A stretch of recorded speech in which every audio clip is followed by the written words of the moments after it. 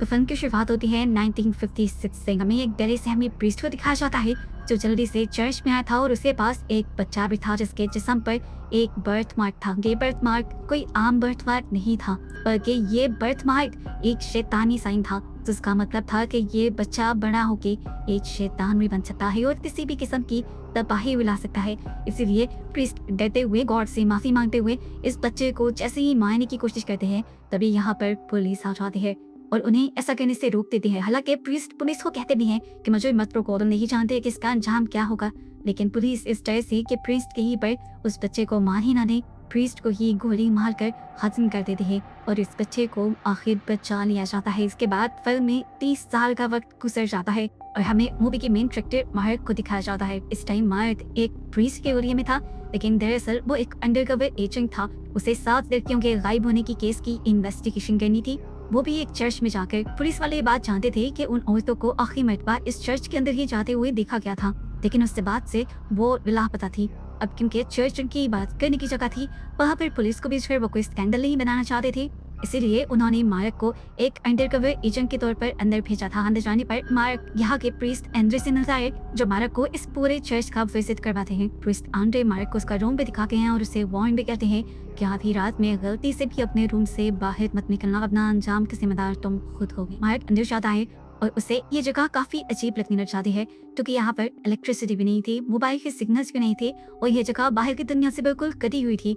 सारी सोचों को चरकते हुए मार्क अब फ्रेश होने तक साइड करता है और जैसे ही शर्ट उतारता है तो हमारी बेन बहुत बड़ा ट्विस्ट ये रिवील होता है कि मार्क असल में वही बच्चा है जिसे मूवी के स्टार्ट में पुलिस ने प्रीस्ट से बचा लिया था, जिसके जिस्म पर वो शैतानी मार्क अभी तक अपनी हकीकत नहीं जानता। इसके बाद मार्क अपने सीक्रेट सूटकेस में से कुछ फाइल्स, कैमरा और गन निकालता है। इन फाइल्स में उन्हीं 7 लड़कियों का सारा बायोडाटा था जो इस चर्च में आने के बाद से नहीं मिली थी। मार्क यहाँ पे बहुत बड़ी मिशन पे था, सिर्फ उसे इन लड़कियों को भी नहीं ढूंढना था, उसे यहाँ पे इस सच्चाई का भी पता चलाना था कि ये लोग यहाँ करते क्या हैं। कुछ देर बाद मार्क को खाना खाने के लिए बुला लिया जाता है और मार्क देखता है कि इनको बहुत ही अजीब किस्म का खाना दिया गया था। ये खाना बदबूदार था, अजीब चिपचिपा लिक्विड था। इसने लग तो रहा था कि ये किसी किस्म का मीट है, लेकिन ऐसा मीट उसने आज से पहले कभी नहीं खाया था। एक रबड़ की तरह का मीट था जिसे खाते हुए उसे उल्टी भी होना शुरू हो जाती है, लेकिन अपने आप को नॉर्मल और इन सब के जैसा दिखाने के लिए वो अपने एक्सप्रेशंस को काबू करते हुए ये खाना खा लेता है। इसके बाद मार्क अपने मिशन पे निकल जाता है,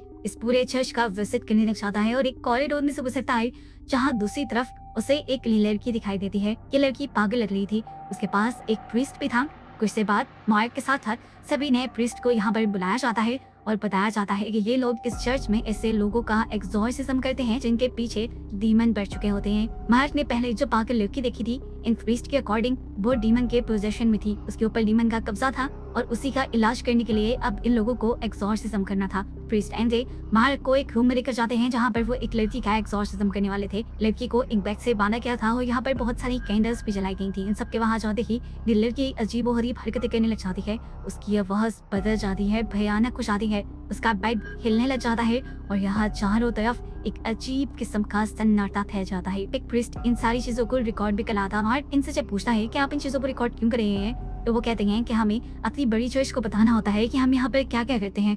फाइनली एक्सॉर्सिज्म स्टार्ट हो जाता है। एक प्रीस्ट यहाँ पर कुछ एन्चेंटिंग्स पढ़ने लग जाते हैं और एकदम से उनके हाथ में पकड़ा हुआ क्रूसीफिक्स आग से जल जाता है, लेकिन वो अपने एक्सप्रेशन नहीं बदलते, अपने ऊपर काबू रखते हुए वो अपना एक्सॉर्सिज्म करते रहते हैं।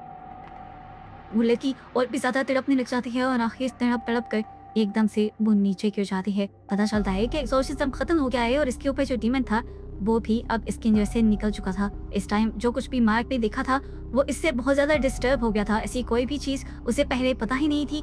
अब तो उसके साथ भी अजीबोगरीब हरकतें होना शुरू हो गई थी इसी चर्च के अंदर। वो जब अपने रूम में जाकर अपने मिरर को टच करता है तो उसके टच करने से ही उसका मिरर क्रैक हो जाता है और मिरर के पीछे से उसे खौफनाक आवाज़ें सुनाई देती हैं और उसे इस चर्च से एक अजीब किस्म का कनेक्शन फील होने लगता है। खैर मार्क अपने दिमाग से इन सारी ख्यालों को निकालता है और अपने आप को याद दिलाता है कि वो एक मिशन पे आया था, लेकिन वो अपनी मिशन पर काम ही नहीं कर पा रहा था क्योंकि इस चर्च के सभी लोगों के रूटीन बहुत ही अजीबोगरीब। अगले दिन दोबारा मार्क के साथ साथ सभी लोगों को वही बदबूदार खाना पेश किया जाता है। मार्क तो किसी तरह करके उसे खा रहा था, लेकिन आज जो एक नया प्रीस्ट यहाँ पे आया था वो उसको खाने में नाकाम था। वो रोने लग गया था, इससे पहले कि वो खाना छोड़कर यहाँ से चला जाता, पीछे खड़ा हुआ प्रीस्ट उसके कान में पता नहीं क्या कहता है कि वो लड़का दोबारा चुप करके उस खाने को खा लेता है। खाने के बाद मार्क जब रूम में गया तो उसे आज सच में उल्टी हो गई। उसको दांत में भी शदीद दर्द हो रहा था। उसने जब मुंह में हाथ डालकर अपने दांत को चेक करने की कोशिश की तो उसका दांत उसके हाथ में आ गया और उसने जब दांत को बाहर निकाल कर देखा तो एकदम से उसके दांत से एक बाल भी निकलते उठे। इस चीज ने तो मार्क को बुरी तरह डरा दिया था और अब मार्क को ये बात 100% कंफर्म हो गई थी कि यहाँ पर उनके खाने के साथ तो कुछ ना कुछ गड़बड़ है। खैर रात हो जाती है और मार्क अपने मिशन पर चला जाता है। वो प्रीस्ट आंटे के रूम के अंदर जाता है जहाँ पर उसे एक हिडन कंपार्टमेंट मिल जाता है। इस हिडन कंपार्टमेंट में कोई भी ऐसी चीज नहीं थी जिसे रिलीजियस कहा जा सके या जो इबादत में काम आ सके। यहाँ पर बहुत सारा अल्कोहल था, अजीब वीडियोस की डीवीडीज थी और उन एग्जॉर्सिज्म की वीडियो भी थी जो ये लोग बनाया करते थे। इन वीडियोस को देखने पर मार्क को ये बात पता चल जाती है कि ये वीडियोस ओरिजिनल नहीं है, बल्कि ये सिर्फ स्टेज परफॉर्मेंसेस हैं, नकली मन गलत वीडियोस हैं जो लोगों को दिखाने के लिए और उनको बेवकूफ बनाने के लिए बनाई गई है। यहाँ इन लोगों का ये पोल तो खुल जाता है कि ये लोग असल में कोई प्रीस्ट है ही नहीं। अब मार्क उसी रूम में जाता है जहाँ पर वो एग्जॉर्सिज्म किया गया था। वो दिखता है कि जिस क्रॉसफिक्स में एकदम से आग लग गई थी वो क्रॉसफिक्स असल में एक लाइटर था और उसे नाग एक बटन चलाने पर लगी थी। जो बैठ ही रहा था उसके नीचे भी एक वाइब्रेटर लगाया गया था। यहाँ रूम में अजीबोगरीब आवाजों का आना एक टेप रिकॉर्डिंग थी। और रही बात लड़की की तो वो लड़की ड्रामा नहीं कर रही थी, वो तो इन लोगों की विक्टिम थी जिसको इन लोगों ने अजीब किस्म की ड्रग्स दी हुई थी और उसी ड्रग्स की वजह से वो ऐसी हरकतें कर रही थी और उसी ड्रग का इंजेक्शन मार्क को बेड के नीचे से मिल भी जाता है। खैर अब अगली सुबह हो जाते हैं। ये लोग अपने रूटीन के मुताबिक चर्च में इकट्ठा होते हैं। यहाँ पर इन सबको प्रेयर्स करनी थी। आज प्रेयर करने की टाइम मार्क की थी। मार्क इंग्लिश में प्रेयर करता है तो ये सब उसे लैटिन में प्रेयर करने को कहते हैं और फिर उसे साइड पर बेच के यहाँ पर प्रेयर्स की जगह कुछ और ही बढ़ा जाने लगता है। दोबारा खाने के लिए उन्हें वही बदबूदार गोश्त दिया जाता है जिसे आज तो खाने पर उसे पहली बार में ही उल्टी हो गई थी। आज वो पूरी तरह समझ गया था कि ये चर्च कोई आम चर्च नहीं है, ये झांसा है और इसे लगता है कि यहाँ पर उसकी जान को भी खतरा हो सकता है। इसीलिए वो यहाँ पर उन सारी फाइल्स को जला देता है जिससे ये पता चल सके कि वो यहाँ किसी चीज की इन्वेस्टिगेशन करने आया था। अपनी गन और कैमरा लेते हुए वो यहाँ से भागने की तैयारी करता है। इससे पहले कि वो निकल जाता वो देखता है कि कुछ प्रीस्ट यहाँ पर एक कब्र बना रहे थे। ये उसी लड़की की कब्र थी जिसका इन्होंने पिछले दिन एक फेक एग्जॉर्सिज्म किया था। ये सीन मार्क को बाहर जाने से रोक देते हैं और अब वो फैसला कर लेता है कि वो इन सारी चीजों के पीछे का सच जान कर ही रहेगा। वो अब उसी एरिया में जाता है जहाँ पर उन पागल लोगों को रखा गया था। यहाँ पर एक प्रीस्ट उसे ये खबर देता है कि यहाँ सभी लोगों को मालूम है कि मार्क यहाँ पर किसी चीज की इन्वेस्टिगेशन करने के लिए आया है। ये प्रीस्ट उसे बताता है कि मैं जान गया हूँ कि तुम यहाँ से भागने की अब कोशिश करोगे, लेकिन यहाँ से भागना इतना भी आसान नहीं, क्योंकि मैं भी यहाँ पर तुम्हारी ही तरह इन लोगों की बातों के झांसों में आ गया था। लेकिन फिर मैंने यहाँ से बहुत भागने की कोशिश की लेकिन आज तक भाग नहीं पाया। जब मार्क देखता है कि ये आदमी उसके साथ हमदर्द है और उसके बारे में इतना कुछ जानता है तो मार्क खुद भी उसे अपनी सारी सच्चाई बताने लग जाता है। वो बताता है कि मैं पॉलिश पुलिस का एजेंट हूँ, यहाँ पर इसलिए आया था क्योंकि यहाँ से 7 लड़कियां गायब हुई थी और उनमें से एक लड़की वो भी थी जिसका एग्जॉर्सिज्म आप लोगों ने मेरे सामने किया और उसे मार दिया। यहाँ पर प्रीस्ट मार्क को ये सच्चाई भी बता देता है कि ये सारे एग्जॉर्सिज्म फेक होते हैं और पैसों के लिए किए जाते हैं। ये एग्जॉर्सिज्म एक टीवी शो के नहीं होते हैं जहाँ से इस जगह को बहुत सारी फंडिंग मिलती है। बात सुनकर मार्क को बहुत ही ज्यादा दुख होता है। मार्क यहाँ से कहता है कि अगर तुम मेरी मदद करो इस केस को सॉल्व करने में तो मैं तुम्हें भी यहाँ से निकाल कर ले जाऊंगा। ये आदमी यहाँ कुछ नहीं खाता और मार्क अब दोबारा से अपनी इन्वेस्टिगेशन जारी रखता है। रात होते ही वो यहाँ की बेसमेंट में जाता है। ये जगह उसके डरने के लिए काफी थी क्योंकि इस जगह पर बहुत सारे इंसानों के ढांचे रखे हुए थे। इंसानों के दांत भी पड़े थे यहाँ पर जिनको जरूर इसी चर्च वालों ने मारा होगा। और यहाँ पर एक आई बॉल भी पड़ा था जो अभी तक जिंदा था और हिल रहा था। ये देखकर मार्क उसे साइड दिखा देता है और वो फट कर उसका खून इधर उधर गिर जाता है। इतना क्रीपी और अजीब सा सीन देखकर मार्क को भी उल्टी आने लग जाती है और हम उसकी उल्टी में बहुत सारी बग्स और फ्लाइज को देखते हैं। अब मार्क यहाँ से बाहर जाता है उसी ग्रेवयार्ड में जहाँ पर उन्होंने उस लड़की को दफन किया था। वो इस ग्रेव को खोलता है लेकिन वहाँ उसे कोई भी नहीं मिलता। वो हैरान था कि उसकी आंखों के सामने ही इन लोगों ने उस लड़की को जमीन के नीचे दफनाया था और अब वो कहाँ चली गई थी। इससे पहले कि वो कुछ भी और कहता पीछे से एक आदमी आकर उसके मुंह को कवर करते हुए उसे बेहोश कर देता है। उसे जब होश आया तो उसने देखा कि उसे बेड से बांधा गया था और उसके सामने वो आदमी था जो उसे बेहोश करके लाया था। इस टाइम पर उसके सामने प्रीस्ट आंद्रियास आते हैं जो उसके लिए खाना लेकर आए थे। खाना एक ही तरह का था लेकिन 4 अलग अलग बोल्स के अंदर था। वो जबरदस्ती मार्क से खाने को कहते हैं लेकिन मार्क ये खाने से इनकार कर देता है और पूछता है कि आखिर ये सब है क्या। ये लोग उसे इस खाने के बारे में तो कुछ नहीं बताते लेकिन उसके साथ इसे खिलाने में जबरदस्ती करते हैं। लेकिन मार्क इस खाने को ना खाते हुए उल्टा झटक देता है। तो यहाँ पर फादर आंद्रे से उससे ने उसे एक और मरतबा बेहोश कर देते हैं। इस मरतबा उससे होश आया तो वो दोबारा बेड से बंधा हुआ था। उसने देखा कि सामने वाला आदमी जो उस पर नजर रखे हुए था वो भी सो रहा था। तो मौके का फायदा उठाते हुए उसने अपने आप को छुड़वा लिया, अपने पाँव में छुपाई और गन निकाली और यहाँ पर उस आदमी से लड़ने लग गया जो उसके ऊपर नजर रख रहा था। इनकी फाइट काफी अच्छी चली और आखिर डेविड जीत गया और उसे शूट करके मारने में कामयाब हो गया। जिसके बाद वो गया यहाँ के किचन के अंदर ये जानने के लिए कि वो खाना क्या है जो आखिर इसे खिलाया जा रहा था। और किचन का हाल देखकर वो शौक ले गया। रुके जैसा वो सोच रहा था हकीकत उससे भी कहीं ज्यादा खौफनाक थी। उसे असल में उन्हें लड़कियों का गोश्त खिलाया जा रहा था, जिन लड़कियों को यहाँ एग्जॉर्सिज्म के नाम पर मार दिया गया।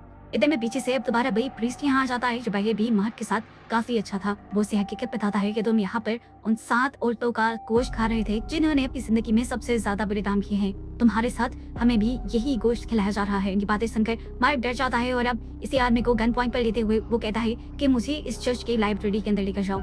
इस आदमी को मार्क की बात माननी पड़ी और अब वो मार्क को एक बुक दिखाता है जिसने इस चर्च के बारे में लिखा हुआ था। और यहाँ से मार्क को एक सबसे बड़ी हकीकत पता चलती है कि ये चर्च एक चर्च थी ही नहीं, ये लोग तो किसी कल्ट का हिस्सा थे और इस बुक को फॉलो करते थे जो बुक डीमंस पर लिखी गई थी। इसके अंदर लिखा गया था कि हर 800 साल बाद एक डिमोनिक बच्चा पैदा होता है जिसके जिस्म पर एक खास किस्म का निशान होता है, जैसा निशान मार्क की भी बॉडी पर था। अगर उस बच्चे को 7 ऐसी औरतों का गोश्त खिला दिया जाए जिन्होंने बहुत ज्यादा बुरे काम किए हों और फिर एक मासूम लड़की का खून पिला दिया जाए तो वो बच्चा आखिर एक डीमन बन जाता है, एक शैतान बन जाता है। और यहाँ से उसकी शैतानी जिंदगी का एक नया मोड़ शुरू हो जाता है।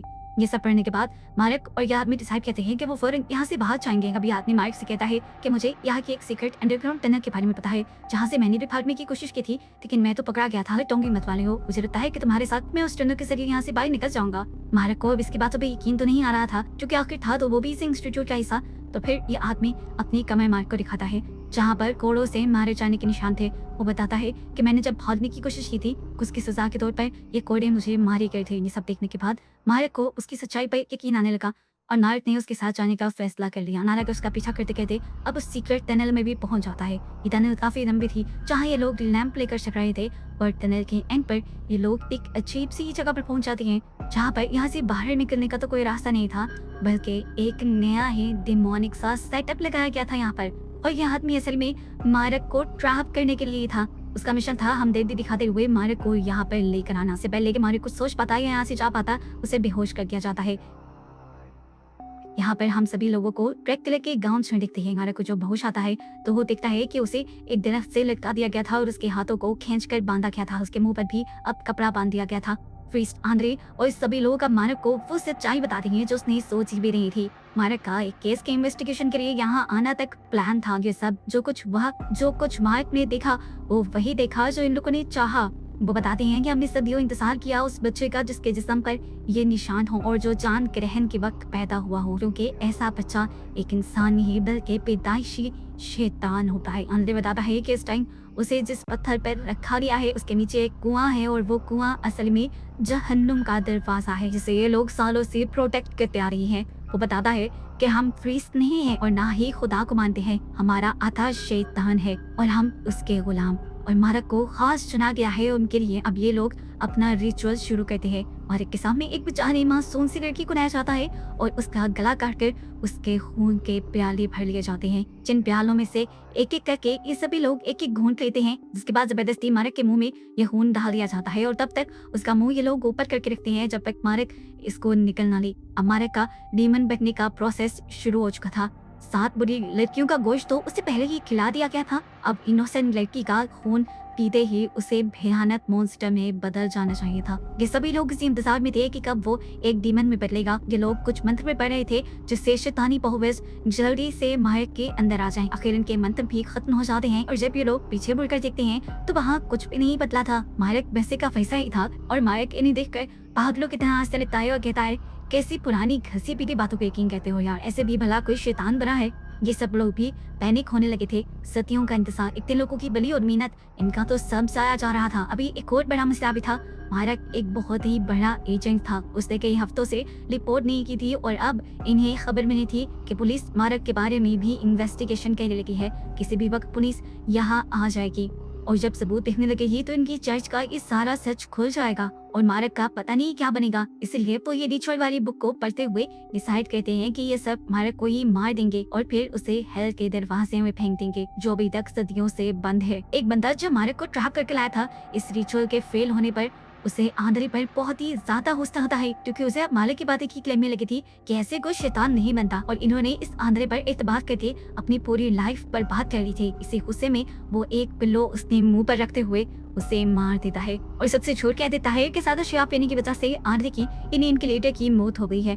दूसरी तरफ कल के लोग उन लोगों की लाशें जला रहे थे जिनका मर्डर इन्होंने शैतान को सेक्रीफाइस देने के नाम पर किया था। सीन कट होकर दोबारा हम आंद्रे को देखते हैं जिसकी आंखें भी किसी में बंद नहीं की थी। सभी उसकी मौत का तमाशा देख रहे थे और अचानक से उसकी आंखों के सामने यहाँ पर एक क्रूसीफिक्स उल्टा हो जाता है, जिसके बाद एक मक्खी उसके जिस्म पर बैठ कर उस कुएं की तरफ जाती है जिसको ये हेल का दरवाजा कह रहे थे। जहाँ इन्होंने मारक को फेंक दिया था, वो मक्खी मारक की बॉडी में चली जाती है। उसकी मरी हुई बॉडी को झटका लगता है और यहाँ एकदम से उसकी आंख खुल जाती है। अब उसकी बॉडी अजीब तरह से मुड़ने भी लगी थी, उसकी बॉडी के कई हिस्से बदलने लगे थे। उसके मुंह पर बड़ी बड़ी वेन्स आ गई थी और पूरा मुंह नीला पड़ चुका था और ये सब तो अब कोई नोट ही नहीं कर रहा था। सीन कट होकर हमें आंद्रे के फ्यूनरल को दिखाया जाता है, जिसे जो बंदा कर रहा था एकदम से उसकी बॉडी हवा में लटक जाती है, उसको सर पट कर उसमें से मक्खियां निकलती हैं और देखते ही देखते पूरी बॉडी उसकी मक्खियां बनकर उड़ जाती हैं और वो मर जाता है। और तब यहाँ पर एंट्री करता है असल डीमन, यानी मारक, जो पूरा अब डीमन बन गया था। इनका रिचुअल गलत नहीं था, बस ये इंतजार न कर पाए। मारक को देखकर जो तुम लोग डर कर यहाँ से भागने की कोशिश करते हैं, वो सबको उल्टा लटका देता है उल्टे क्रूसीफिक्स की तरह, जिसके बाद हमें बाहर का माहौल दिखाया जाता है जहाँ अब काले बादल छा चुके थे और साफ जाहिर था कि अब दुनिया को इस शैतान की तबाही से रोका नहीं जा सकता। और बस यही सब दिखाते हुए ये मूवी यहाँ पर खत्म हो जाती है।